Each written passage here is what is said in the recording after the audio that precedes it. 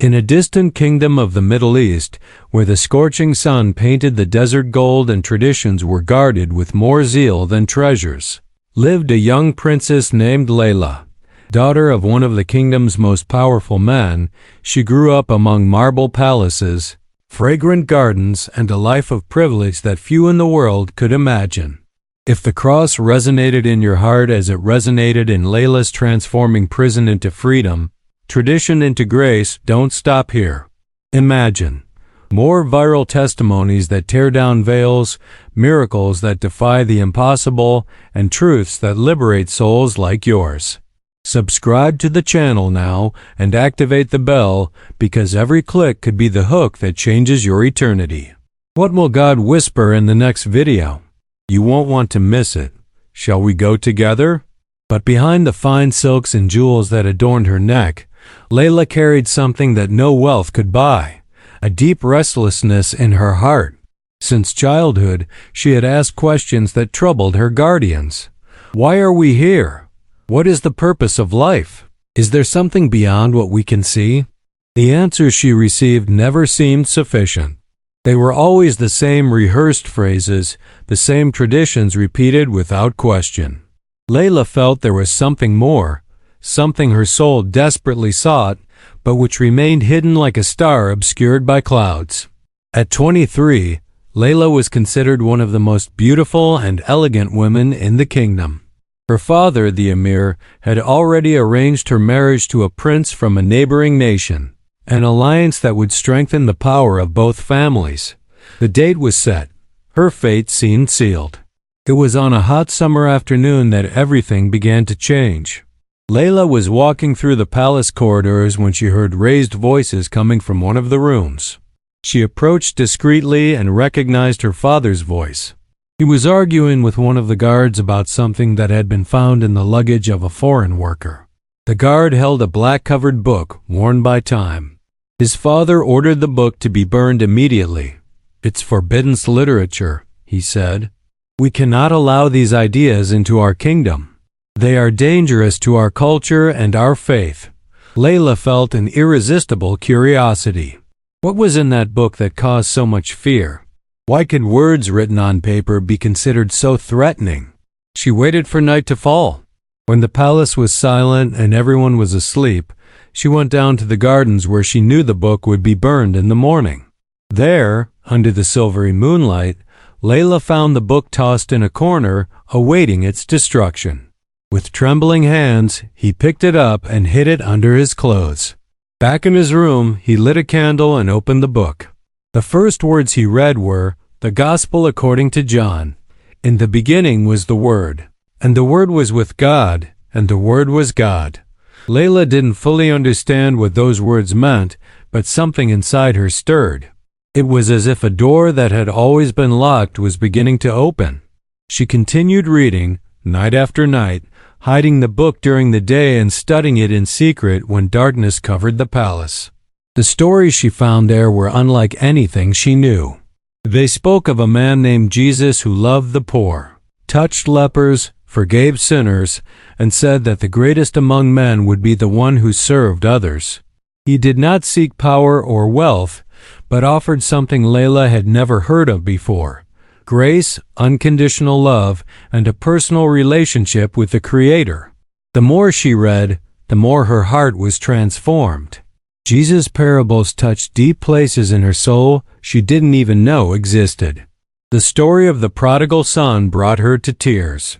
The Sermon on the Mount challenged her to rethink everything she believed about happiness and purpose. And when she reached the book of Revelation, the prophetic visions and promises of a new heaven and a new earth filled her heart with a hope she had never experienced before. Layla began to change. Her gaze became more compassionate. She began to treat the palace servants with unusual kindness, asking about their families and their hardships. She discreetly visited the poor neighborhoods beyond the palace walls, bringing food and medicine. Her heart, once preoccupied only with parties and appearances, now burned with a desire to make a difference in people's lives. But secrets in palaces are hard to keep.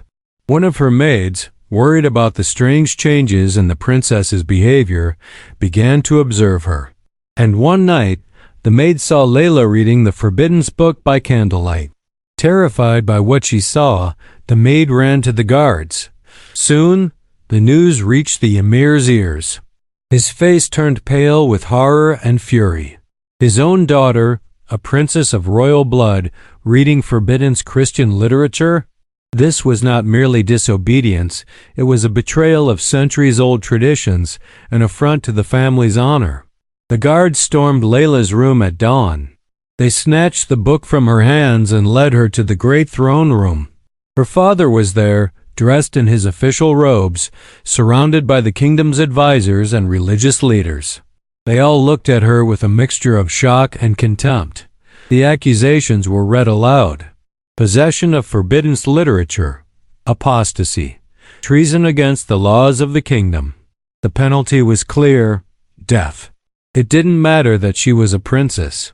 In fact, her position made the crime even more serious, as she should have been an example to the people.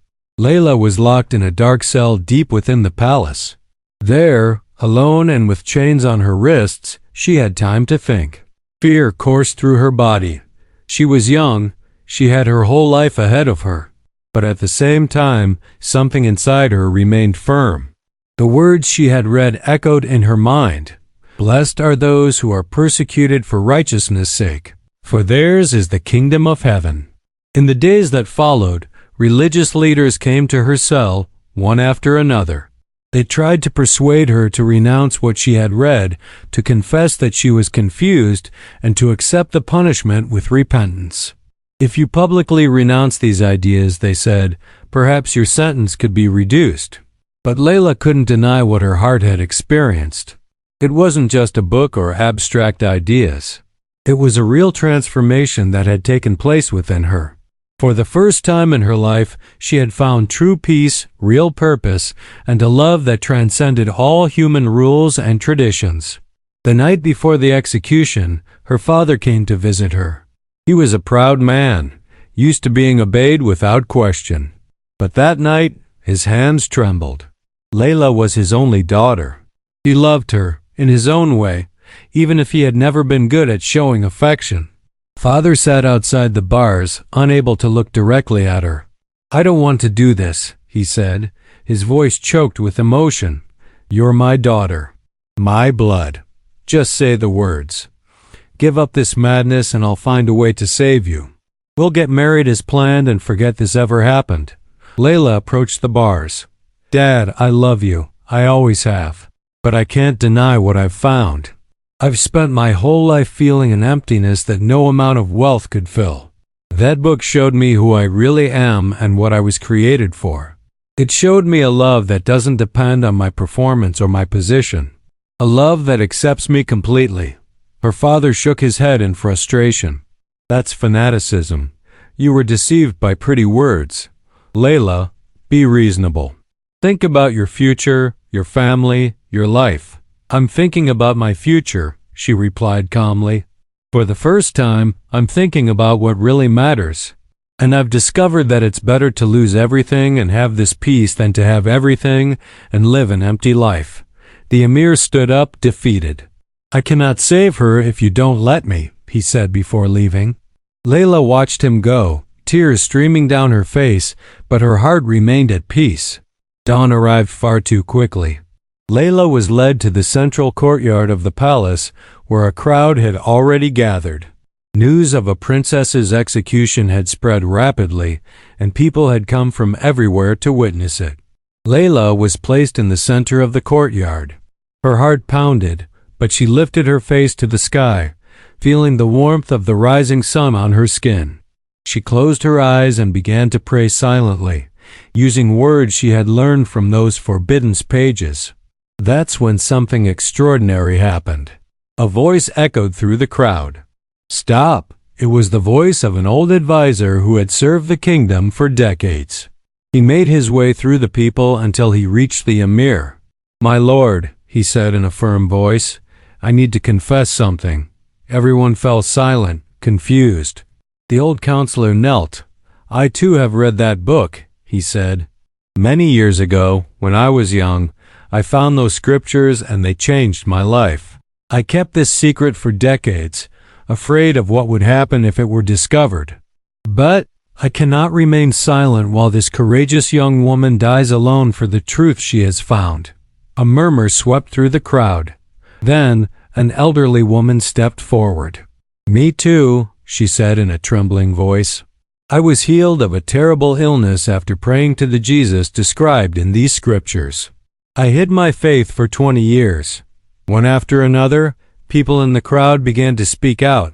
A merchant, a farmer, a teacher, a doctor.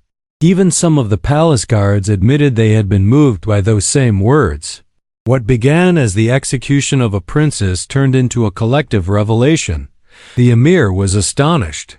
He looked around, realizing that the book he was trying to ban had already touched more hearts than he had ever imagined. And there, before all those people confessing their faith, he saw something in his daughter's face that he had never seen before. True peace, even in the face of death.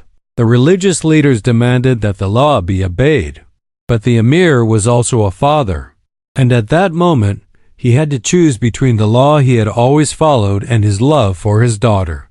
He raised his hand, asking for silence. There was a long moment of tension. Then he said, "I spent my whole life defending traditions and laws, believing they would keep our kingdom strong. But today I discovered that I tried to suppress something that cannot be contained by decrees or threats, the human search for truth and meaning. My daughter chose a different path than mine, and although this brings me pain, I cannot deny the transformation I see in her." He paused, looking directly at Layla. "From today onward, I decree that no one else will be punished for their personal beliefs. We can disagree, we can debate, but we will not kill each other because of faith. My daughter is free." The crowd erupted in exclamations of surprise and relief. Layla fell to her knees, not from fear, but from gratitude. Her father had chosen love over tradition. In the following months, the kingdom changed. Layla used her freedom to establish schools and hospitals, serving the poor and needy. Her story inspired others to be courageous on their own journeys of faith. And although not everyone agreed with her beliefs, they could not deny the positive impact she had. Her father, the emir, never converted to his daughter's faith, but he came to respect her. And in the quiet conversations they sometimes had, he admitted that he had learned something important, that true power lies not in controlling what people think, but in allowing truth to freely transform hearts. Layla never married the prince she had chosen. Instead, she dedicated her life to serving others, inspired by the words she had read in that worn book. And whenever someone asked how she had the courage to risk everything, she would reply with a serene smile, "When you find something worth more than life itself, death loses its power over you." This parable reminds us that true faith is not imposed by tradition or fear, but is born from a personal encounter with the divine that transforms from within. It teaches us that courage is not the absence of fear, but the choice to do what is right even when everything is at stake. And it shows us that love, whether from God or a father for his daughter, has the power to change not only individuals, but entire kingdoms.